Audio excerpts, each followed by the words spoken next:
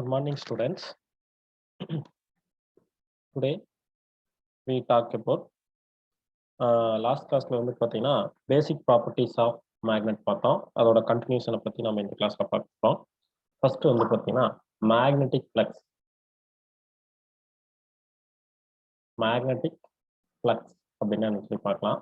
Magnetic flux அப்படிங்கிறது number of magnetic field lines, the number of magnetic field lines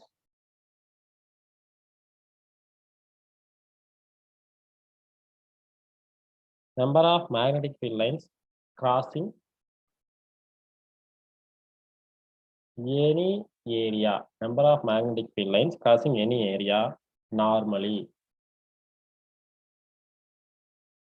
is called, is defined as the called is defined as the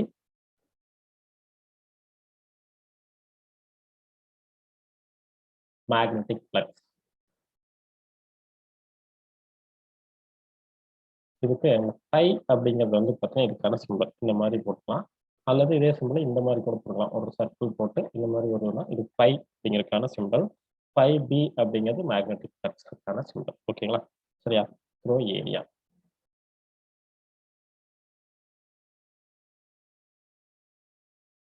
so ஒரு area இருக்குது அப்படின்னா அந்த area வழியா எவ்வளவு magnetic field lines cross ஆச்சு, அந்த area வழியா எவ்வளவு மேக்னெட்டிக் ஃபீல்ட் லைன்ஸ் கிராஸ் ஆச்சு, இதுதான் வந்து பார்த்தீங்க அப்படின்னா நமக்கு மேக்னெட்டிக் ஃப்ளக்ஸ்க்கான ஃபார்முலா.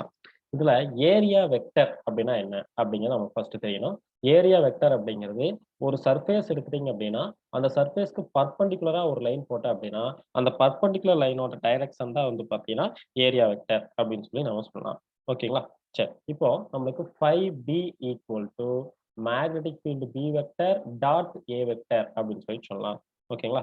ஸோ இது டாட் ப்ராடக்ட் அப்படின்னு சொல்லுவோம். நம்ம 11th படிச்சிருக்கிறோம். A dot B equal to AB cos theta அப்படின்னு சொல்லி படிச்சிருக்கிறோம். அதனால வந்து பார்த்தீங்கன்னா பிஏ காஸ் தீட்டா அப்படின்னு சொல்லி சொல்லலாம். இதுல பி அப்படிங்கிறது மேக்னெட்டிக் ஃபீல்டு.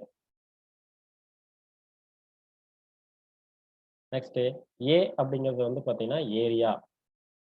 பி வெக்டர் போட்டீங்கன்னா மேக்னெட்டிக் ஃபீல்டு, ஏ வெக்டர் போட்டீங்கன்னா ஏரியா வெக்டர் அப்படின்னு சொல்லி நம்ம போட்டுக்கலாம். ஓகேங்களா? சரி, இப்போ தீட்டா அப்படிங்கிறது என்ன? இதுல நம்ம காஸ் தீட்டான்னு வரும் இல்லையா? இதுல தீட்டா அப்படிங்கிறது என்ன அப்படின்னா ஆங்கிள் பிட்வீன்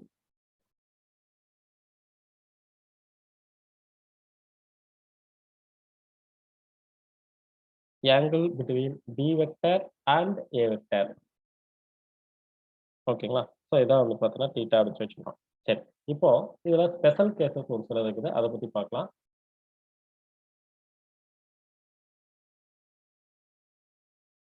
ஃபர்ஸ்ட் வந்து பார்த்தீங்க அப்படின்னா ஃபர்ஸ்ட் கேஸ்ல வந்து பார்த்தீங்கன்னா B vector normal to the surface, B vector normal to the surface.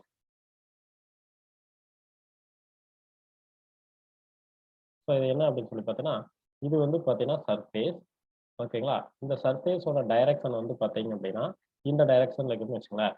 Electric ஃபீல்டோட direction வந்து பார்த்தீங்கன்னா நார்மல் டு த சர்ஃபேஸ். இந்த எலக்ட்ரிக் சர்ஃபேஸ்க்கு நார்மலா இருக்குது.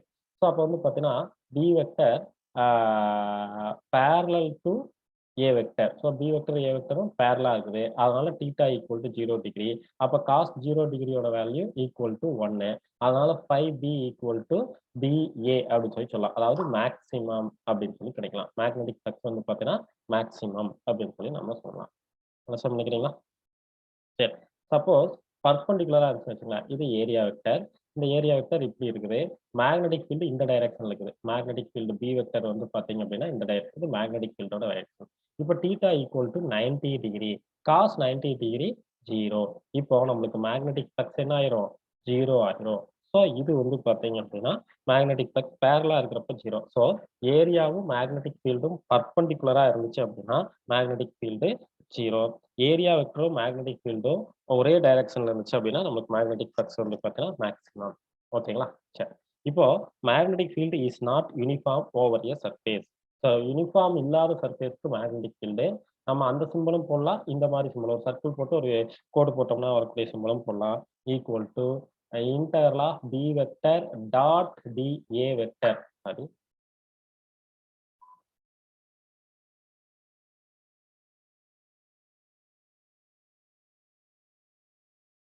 B vector dot D A vector அப்படின்னு சொல்லி நம்ம சொல்லலாம். 5 இது வந்து மேக்னெட்டிக் ஃப்ளக்ஸ்க்கான ஃபார்முலா.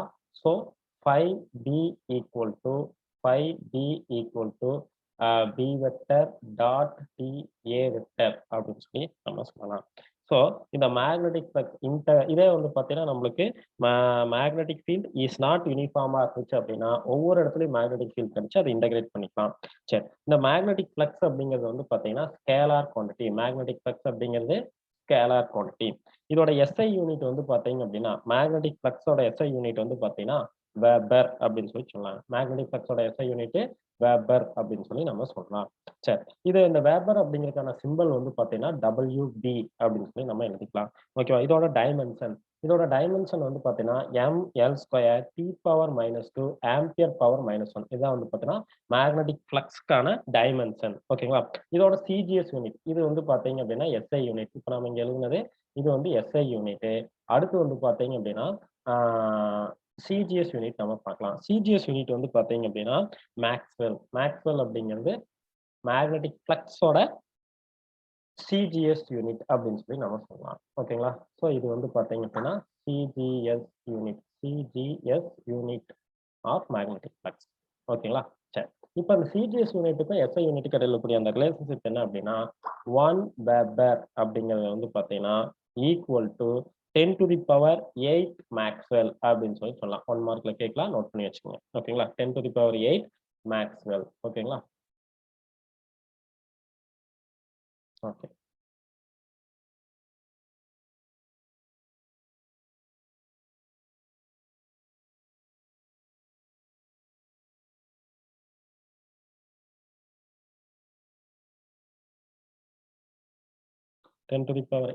மேக்ஸ்வெல். ஓகே. நெக்ஸ்ட் வந்து பார்த்தீங்க அப்படின்னா மேக்னெட்டிக் ஃப்ளக்ஸ் டென்சிட்டி தான் என்ன அப்படிங்கிறத பார்க்கலாம். Magnetic flux density.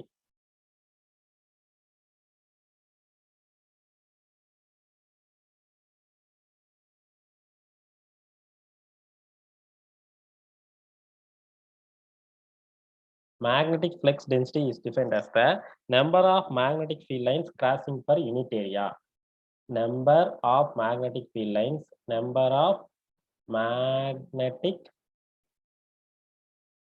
field lines crossing per unit area. ஒரு யூனிட் ஏரியாவில் எவ்வளவு magnetic field lines per unit area kept normal to the surface.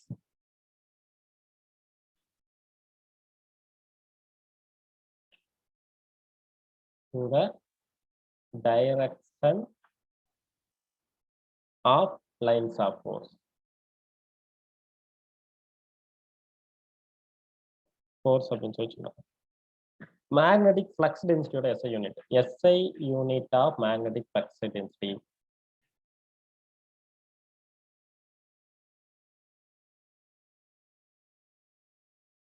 SI unit of magnetic flux density அப்படிங்கிறது வந்து பார்த்தீங்கன்னா Weber meter power -2 Weber meter power -2 or Tesla. என்ன சொல்லலாம்? Tesla. Weber meter power -2 or Tesla அப்படின்னு சொல்லி சொல்லலாம். இந்த magnetic ஃபீல்ட்ல 2 டைப்ஸ் ஆஃப் மேக்னெட்டிக் ஃபீல்ட் இருக்கு. என்ன அப்படின்னு சொல்லி பார்த்தீங்க அப்படின்னா magnetic field can be classified by 2 types. என்னது? Uniform magnetic field, non uniform magnetic field. Uniform magnetic field, non uniform magnetic field. Uniform magnetic field, non uniform magnetic field அப்படின்னு சொல்லி இது 2 டைப்ஸா பிரிக்கலாம். யூனிஃபார்ம் மேக்னெட்டிக் ஃபீல்ட் ஒரு magnetic field is said to be uniform if has same direction, same magnitude and direction at all the எல்லா பாயிண்ட்லயும் வந்து பார்த்தோன்னா சேம் மேக்னிடியூட்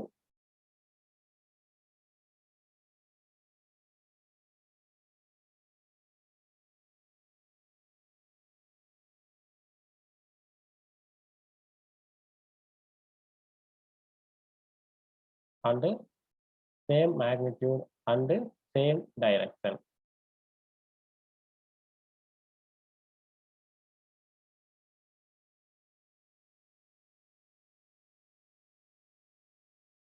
ஓகேங்களா? இது வந்து யூனிஃபார்ம் மேக்னெட்டிக் ஃபீல்டுக்கான ஃபார்முலா. நெக்ஸ்ட் நான் யூனிஃபார்ம் மேக்னெட்டிக் ஃபீல்ட் அப்படின்னு சொல்லலாம். இந்த நான் யூனிஃபார்ம் மேக்னெட்டிக் ஃபீல்ட் அப்படிங்கிறது வந்து பார்த்தீங்க அப்படின்னா, சாரி இது வந்து same magnitude and same direction at all the points in the given region. இது ரொம்ப முக்கியமான at all the point in a given region. சரி, நான் யூனிஃபார்ம் மேக்னெட்டிக் ஃபீல்டுக்கு பார்க்கலாம். நான் யூனிஃபார்ம் மேக்னெட்டிக் ஃபீல்டுக்கு வந்து பார்த்தீங்க அப்படின்னா, magnetic field said to be non-uniform magnetic field. Magnitude and or direction, magnitude or direction, magnitude or direction, magnitude or direction or both vary at different points in the region. Vary at different points in the region. ஓகேங்களா? சரி. இந்த uniform magnetic field magnetic field at earth has same value entire the area. நம்ம வந்து பார்த்தீங்கன்னா நம்மளுடைய school எடுத்துட்டீங்க அப்படின்னா நம்மளுக்கு ஸ்கூல் ஏரியாவில் இருக்கக்கூடிய எல்லா இடத்துலையும் எர்த் மேக்னெட்டிக் ஃபீல்ட் சேமா யூனிஃபார்மா இருக்கும் அப்படின்னு சொல்லலாம். ஸ்கூல் ஏரியாவில் மட்டும் ஓவராலா பார்த்தா அது நான் யூனிஃபார்ம். அண்டர்ஸ்டாண்ட் பண்ணிக்கிங்களா? இப்போ வந்து பார்த்தீங்க அப்படின்னா ஒரு இப்போ நான் யூனிஃபார்ம் மேக்னெட்டிக் ஃபீல்டு எப்படி இருக்கும் அப்படிங்கிறதுக்காக நான் உங்களுக்கு ஒரு டயக்ராம் போட்டு காமிக்கிறேன். இப்போ இங்க வந்து பார்த்தீங்க அப்படின்னா யூனிஃபார்ம் மேக்னெட்டிக் ஃபீல்ட் அப்படின்னா ஈக்குவல் டிஸ்டன்ஸ்ல இந்த கேப் வந்து பார்த்தீங்கன்னா ஈக்குவல் டிஸ்டன்ஸ்ல இருக்கும், சேம் டைரக்ஷனா இருக்கும். இது வந்து பார்த்தீங்கன்னா யூனிஃபார்ம் மேக்னெட்டிக் ஃபீல்டு. நான் யூனிஃபார்ம் மேக்னெட்டிக் ஃபீல்ட்ல வந்து பார்த்தீங்க அப்படின்னா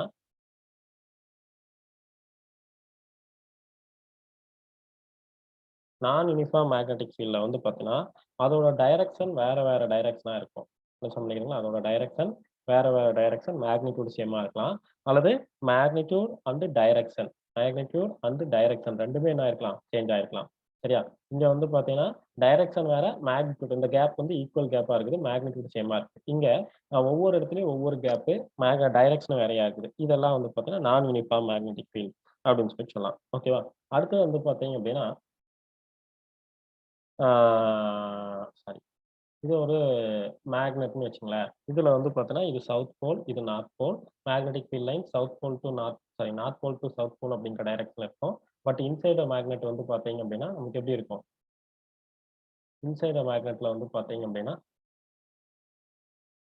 இந்த டைரக்ஷன்ல இருக்கும். அண்டர்ஸ்டாண்ட் பண்ணிக்கிறீங்களா? ஸோ அப்போ வந்து பார்த்தீங்க அப்படின்னா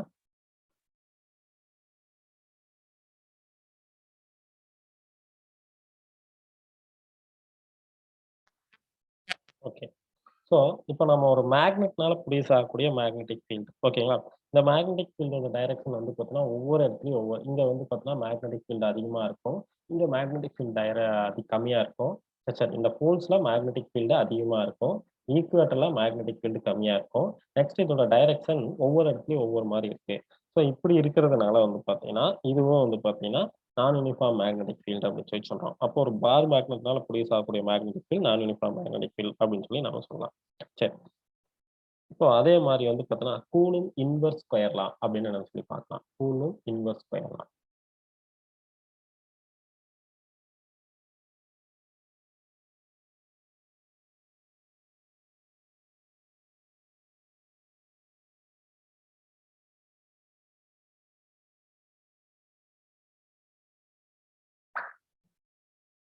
ஓகேங்களா? சரி. இப்போ ஒரு 2 பார் மேக்னெட்ட நம்ம கன்சிடர் பண்ணிக்கலாம். இதுல வந்து பார்த்தீங்கன்னா, இது பார் மேக்னெட் ஏ. இது வந்து பார்த்தீங்கன்னா, ஒரு 2 பார் மேக்னெட்ட கன்சிடர் பண்ணிக்கலாம். இது வந்து பார்த்தீங்க அப்படின்னா, மேக்னெட் ஏ அப்படின்னு சொல்லி வச்சுக்கலாம். ஓகேங்களா? இது வந்து பார்த்தீங்கன்னா, மேக்னெட் ஏ. அடுத்தது இது வந்து பார்த்தீங்க அப்படின்னா, மேக்னெட் பி. ஓகேங்களா? ஸோ இது மேக்னெட் ஏ, இது மேக்னெட் பி. ஓகேங்களா? ஸோ மேக்னெட் ஏ அப்படிங்கிறது வந்து பார்த்தீங்க அப்படின்னா, இது நார்த் போல், இது சவுத் போல்.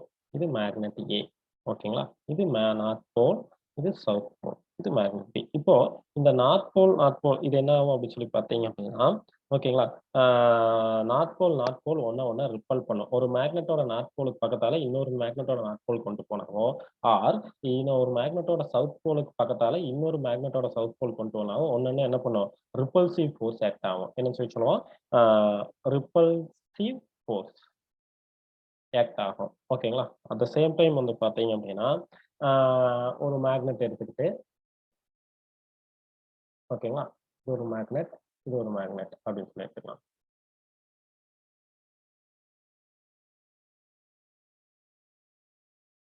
ஓகேங்களா? இது ஒரு மேக்னெட். இப்ப நாம என்ன பண்ணிக்கிறோம் அப்படின்னா, இது மேக்னெட்டோட நார்த் போல், இது மேக்னெட்டோட சவுத் போல். இந்த 2 ஒண்ண என்னன்னா அட்ராக்ட் பண்ணும். ஸோ இது வந்து பார்த்தீங்கன்னா, அட்ராக்டிவ் ஃபோர்ஸ் அப்படின்னு சொல்லி சொல்றாங்க. ஓகேங்களா? சரி. இந்த ரிப்பல்சிவ் ஆர் அட்ராக்டிவ் ஃபோர்ஸோட வேல்யூ என்ன? சரிங்களா? When the north pole of the bar magnet and the north pole of the magnet B or south pole of the magnet A and the south pole of the magnet B are brought closer ஒண்ணுக்கொண்ணு பக்கத்தால கொண்டு வந்தோம் அப்படின்னா ripple each other ஒண்ண ripple பண்ணும். அதாவது north pole of the A வந்து பார்த்தீங்க அப்படின்னா, நார்த் போல் ஆஃப் த பிய ரிப்பல் பண்ணும். South pole of the A வந்து பார்த்தீங்கன்னா, சவுத் போல் ஆஃப் த பிய ரிப்பல் பண்ணும். சரி அது ரிப்பல்சிவ் ஃபோர்ஸ் அப்படின்னு சொல்லி repel force between the like poles. அதே வந்து பார்த்தீங்கன்னா, there is attractive force between the unlike poles. சரிங்களா? when the north pole of the magnet A and south pole of the magnet B வந்து பார்த்தீங்கன்னா, ஒண்ண attract பண்ணும். ஓகேங்களா? சரி. இது ஏன் அப்படிங்கிறத பத்தி நம்ம வந்து பார்த்தீங்கன்னா, கூலும்ப்ஸ் இன்வெர்ஸ் லா அப்படிங்கிறத பத்தி பார்க்கலாம். கூலும்ப்ஸ் இன்வெர்ஸ் லா அப்படிங்கிறது ஒண்ணுமே இல்ல. கூலும்ப்ஸ் லா படிச்சிருக்கிறோம் இல்லைங்களா? அதே தான் நம்ம வந்து பார்த்தீங்கன்னா, அதே மாரி இருக்கக்கூடிய ஒரு லா தான். சிமிலர் ஃபார்மேட்ல இருக்கக்கூடிய ஒரு லா தான். சரிங்களா? ஃபர்ஸ்ட் வந்து பார்த்தீங்க அப்படின்னா, நம்ம கூலும் இன்வெர்ஸ் லாக்கான அந்த ஃபார்முலாவ நம்ம பார்த்துக்கலாம். ஓகேங்களா? ஃபர்ஸ்ட் வந்து பார்த்தீங்க அப்படின்னா, the force of the force of attraction or repulsion. Force of attraction and repulsion between two magnetic poles. Between two magnetic poles. ரெண்டு magnetic polesக்கு நடுவுல இருக்கக்கூடிய force of attraction or repulsion. ஓகேவா? is directly proportional to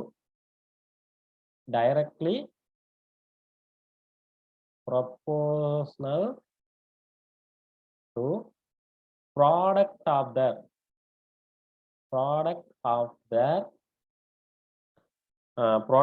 their pole and inversely proportional to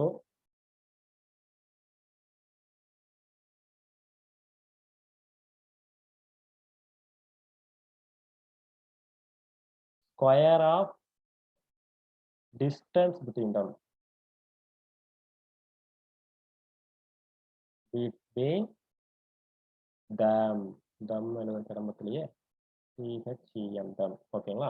சரி. The force of attraction and repulsion between the two magnetic poles is directly proportional to product of their pole strength and inversely proportional to square of square of distance between them அப்படின்னு சொல்லி நம்ம சொல்லலாம். ஓகேங்களா? சரி. இப்போ இது என்ன அப்படின்னு சொல்லி பார்க்கலாம். இங்க வந்து பார்த்தீங்கன்னா, ஃபோர்ஸ் வந்து பார்த்தீங்க அப்படின்னா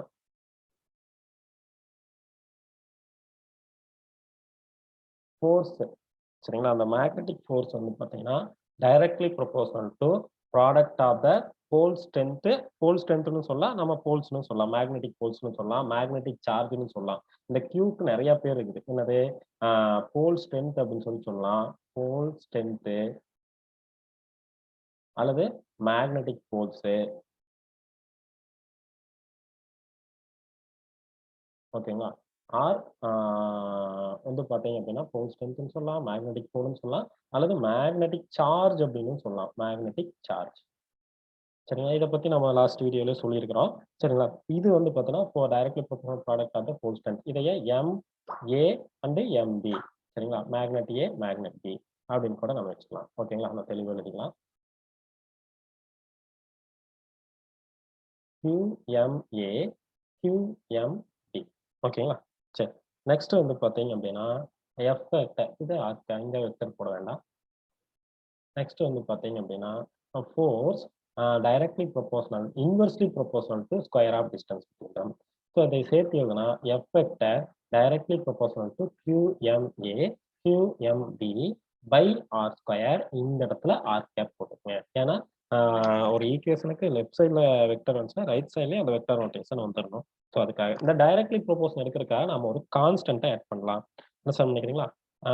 டைரக்ட்லி ப்ரொபோஷன் எடுக்கிறதுக்காக நம்ம ஒரு கான்ஸ்டன்ட் எடுக்கலாம். அந்த constant KQMA QMB by R square. இதுல K அப்படிங்கிறது ப்ரொபோஷனாலிட்டி கான்ஸ்டன்ட் அப்படின்னு சொல்லி சொல்லலாம். இந்த இது வந்து பார்த்தீங்கன்னா, இது ஆர் கேப். இதே மேக்னிட்யூட்ல எழுதணும் அப்படின்னா, இன் மேக்னிட்யூட் மேக்னிட்யூட்ல எழுதணும் அப்படின்னா, F is equal to KQMA QMB by R square அப்படின்னு சொல்லி நம்ம சொல்லலாம்.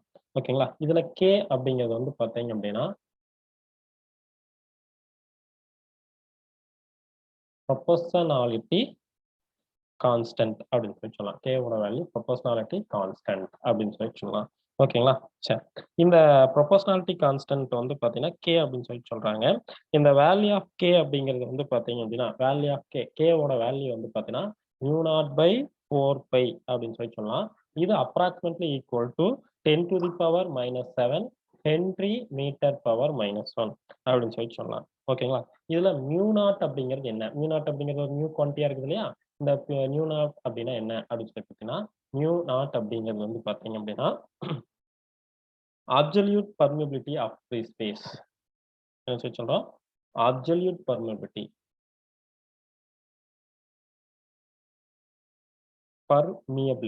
Permeability of free space.